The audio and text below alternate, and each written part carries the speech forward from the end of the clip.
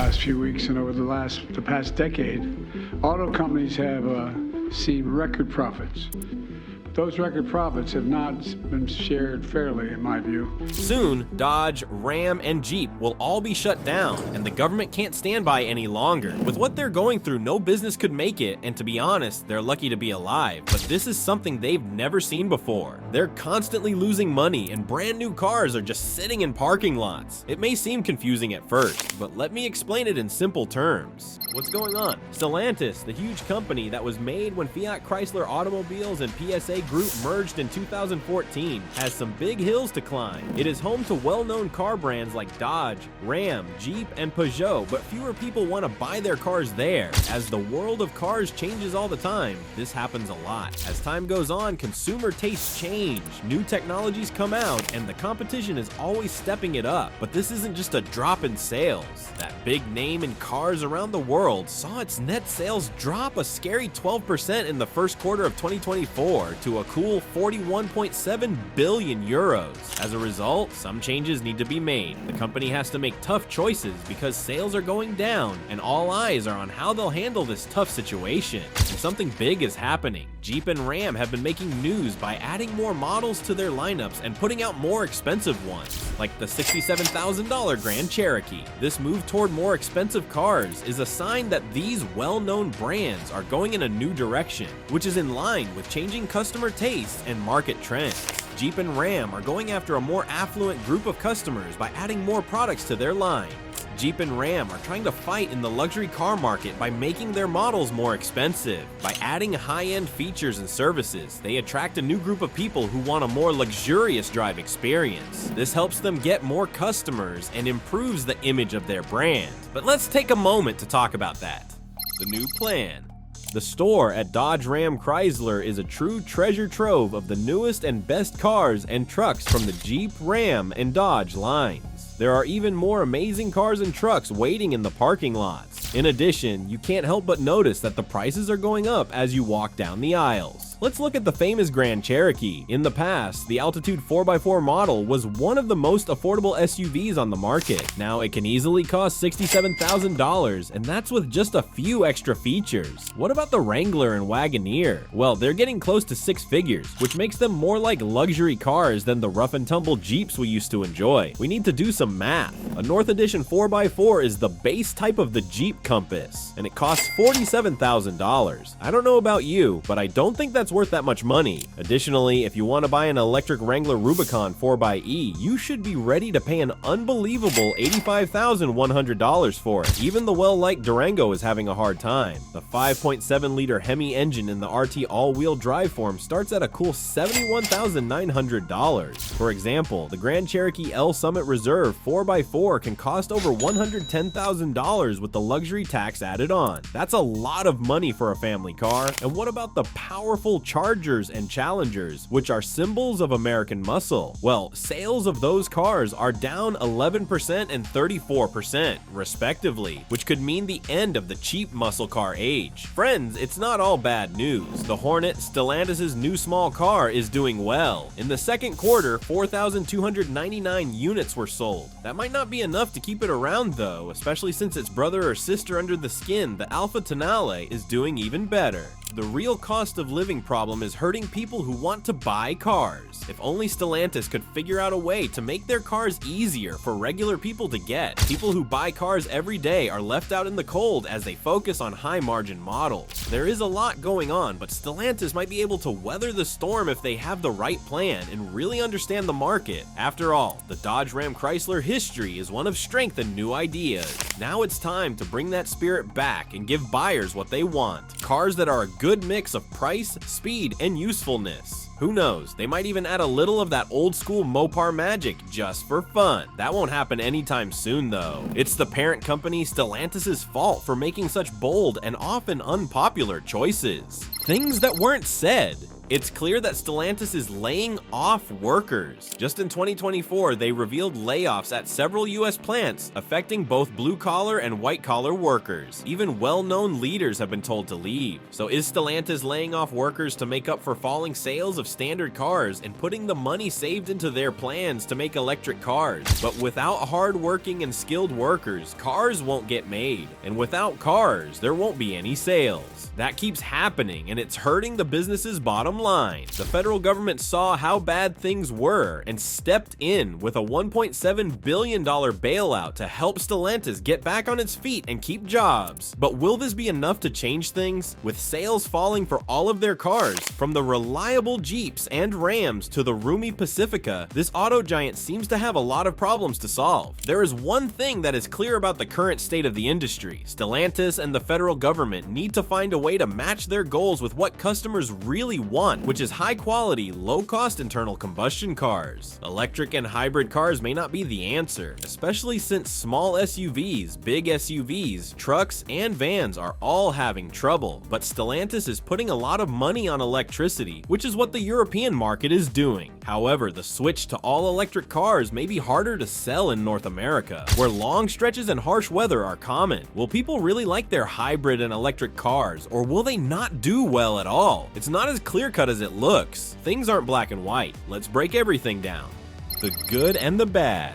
Let's start by giving credit where credit is due. Stellantis is moving very quickly. Their dedication to bringing electricity to everyone is nothing short of impressive. They have a big goal. By 2030, all Stellantis passenger cars sold in Europe will be electric. In the US, they want 50% of all sales to be electric. It's not just talk. A lot of money is being put into developing electric vehicles, and the goal is to have 75 different brands of electric vehicles by the end of the decade. Stellantis already has a lot of good candidates. Let's look at the plug-in hybrid Jeep Wrangler 4xe. This legendary off-road vehicle has gotten a big green makeover. It now has exciting electric power and the safety of a gasoline engine for longer trips. It has the right amount of power and care for the environment for thrill seekers who won't give up. But let's not act like the path to electricity is completely easy. This is so bad that it could be the end of them for good. Stellantis has 14 names, and some people worry that the company might be too busy with them all. There should be a lot of different brands, but each one should have its own unique electric personality. A driver who wants the thrill of an electric Dodge Charger Daytona SRT might not be interested in a boring electric Fiat. It's important to make sure that each brand keeps its own electric style. Then there's the matter of charging stations. Stellantis is putting money into building a strong network, but will it be enough? Range anxiety, the constant fear of running out of power before reaching a charge point, is a big reason why many people don't want to buy an electric vehicle. Stellantis could lose some potential customers if they can't promise a smooth and widespread charging experience, especially on long road trips. And don't forget about how well they do. Some Stellantis electric vehicles, like the Peugeot E208, have been praised for how quickly they can go from 0 to 60 miles per hour. However, speed fans may want more from other models. To appeal to thrill seekers as well, Stellantis should make electric cars that are good for the environment and have the heart-pounding fun of a strong engine. What do you think? Will Stellantis find the right balance? There is no doubt about the promise. They are committed, have the money, and there are already some cool electric cars on the market. But if they want to really connect with drivers, they need to fix these problems. Not as clear as you might think though, and there's a big reason for that. Wars over prices. In the car business, there is always a lot of competition, but Stellantis, the world's fourth largest company and the result of the merger of Fiat Chrysler and PSA Group, is in the middle of a price war like never before. It must be very hard to compete in the Chinese market for electric cars, where bold methods and very small profit margins are the norm. Stellantis faces a big problem in this harsh environment. They have to walk a fine line between staying competitive and keeping their finances stable. We can easily see what kind of tough spot they are in when we look at how things are now and how the new plan fits in. The never-ending battle for market share is at the heart of this conflict. New and old automakers are both trying to get a piece of the ever-growing market, especially in the valuable SUV and EV areas. Because of the tough competition, there are a lot more reward programs, discounts, and bold price plans. Some people might quickly become fans of these strategies, but they cost a lot. Stellantis is losing money because of the price wars that are still going on. Stellantis is having trouble making money, just like the Chinese electric car giant BYD. Their bottom line is taking a big hit from their never-ending efforts to offer lower prices and the rising costs of products and technology. Stellantis may not be able to spend on important research and development because of their tight budget, which is needed to stay ahead in an industry that changes so quickly. There's more damage to come though. Trying to cut costs all the time can cause quality and features to suffer. Stellantis might have to use cheaper materials or cut back on the number of features that come standard on their cars in order to keep their prices low enough to compete. In the long run, this could hurt their brand's image and make customers less happy. So how can Stellantis, this huge, powerful company, get through this dangerous area and come out on top? The only way out. The first thing they need to do is make their supply chain and output better. It's like making a race car faster. Every ounce counts. By making things more efficient and tight, Stellantis can cut costs without lowering the standard that is known for being the best. In this way, they can keep their profit margins healthy while still offering affordable prices. Stellantis can also take over new areas. Maybe there's a small market that's not as crowded that they can take over. They might also be able to stake their claim in a growing market area, such as high-end SUVs or electric trucks. Remember that whole plan to make Jeeps electric? That's exactly the kind of big strategic change we're talking about. A great way to get ahead in the race for electric cars. Also, don't forget how powerful it is to work together. It can be very helpful to work with other car companies or tech companies. Imagine splitting the cost of research and development so that Stellantis can use cutting-edge technology without having to pay for it all themselves. This helps them stay ahead of the curve in areas like electric cars and self-driving cars, and it also keeps their wallets a little thicker. When Stellantis focuses on what makes them different, goes into new areas, tightens their belts, and teams up with the right people, they can easily move through the car jungle and leave the competition in the dust. But what are their plans and moves? How does it all fit into this fight? Whether we like it or not, Stellantis' success depends on how well it can change to a market that is changing so quickly. They'll have to find ways to give customers more than just price, all while making sure they have enough money to keep spending in the future of mobility. However, some are already saying that the fight is over. This is still debatable, but there is some truth to it. People say it's a lost cause, but only time will tell. What we can do is look at the facts and give them to you. To do this, just sit down and watch.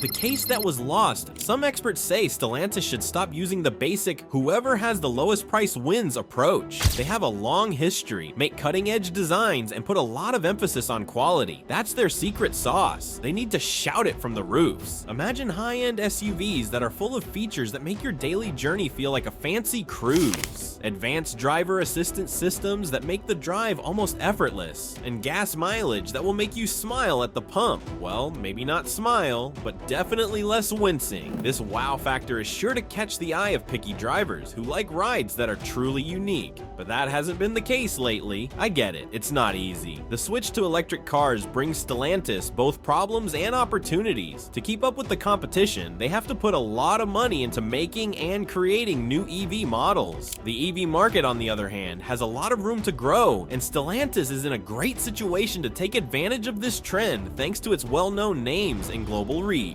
Since then though, Stellantis' story about dependability has been a bit of a mixed bag, with both good and bad things happening. Take a look at Dodge. It was recently reported by JD Power that these powerful cars are beating the chances by being more reliable than the average car in their class. The average number of problems with a Dodge car is 172 out of every 100 vehicles, which is better than the industry average of 186. As you drive down the highway in your Dodge Charger, the famous Hellcat Hemi engine purring away, you might feel more sure that you won't run into any gremlins. Doesn't it sound like a dream? But the plot gets more complicated. Dodge may be going against the grain, but they are still behind some important competitors. In studies of consistency, brands like Kia and Toyota consistently do better. And don't forget Lexus, which has an amazing 133 problems per 100 cars. That is some real peace and quiet in a car right there. If you look at cars that are made in the same country, Chevrolet Chevrolet. Dodge is not as reliable as Chevrolet. When it comes to Ram cars, things become less clear. With about 189 problems per 100 cars, Ram trucks are just below the average for the business. It's not bad, but it's also not great either. Then there's Jeep. Jeep Wranglers are famous for how well they handle off-road conditions. They can handle trails that would make other vehicles beg for forgiveness. But here's the thing, famous off-road skill usually comes with a cost, dependability. It looks like Jeep owners are ready to deal with a few possible problems in exchange for the freedom to go on any area they can think of. But everyone has limits, and it looks like the company is pushing them. They just recently called back more than 211,000 SUVs and pickup trucks. Who did it? A bug in the program affects the electronic stability control system, which is a very important safety feature. What should I do now? There is no doubt that the road ahead will be difficult, but it is also full of exciting possibilities. Stellantis can go from being a work in progress to a star in the constantly changing car industry by accepting the EV change, investing in cutting-edge technology, managing the global market, and putting quality control first. Electric self-driving cars are the way of the future. Despite all of this, one thing is still very clear. Stellantis needs to put quality control first. The recent recall is a stark warning of how important it is to be reliable. By putting money into tighter quality control measures and encouraging a mindset of always getting better, Stellantis can build a name for itself, making reliable, exciting, and new cars. There will be a Stellantis in the future where people can buy with faith, knowing they're getting a car that will last. Stellantis needs to come up with a full EV plan for all of its brands and offer a wide range of appealing electric options if it wants to get a big piece of this market that is growing so quickly. But that's not the end of the fun. Another chance, another task. So the current chip shortage may be a problem for cars all over the world, but Stellantis can use it as a chance to come up with new ideas. Stellantis can be better prepared for future shortages by expanding their supply lines, building stronger ties with chip makers, and maybe even looking into the possibility of making chips in-house. Imagine a Stellantis that is in charge of its own fate and makes sure there are always cars to meet customer needs. I'd like to see that future, but will they ever get there? What do you think? Say what you think in the comments.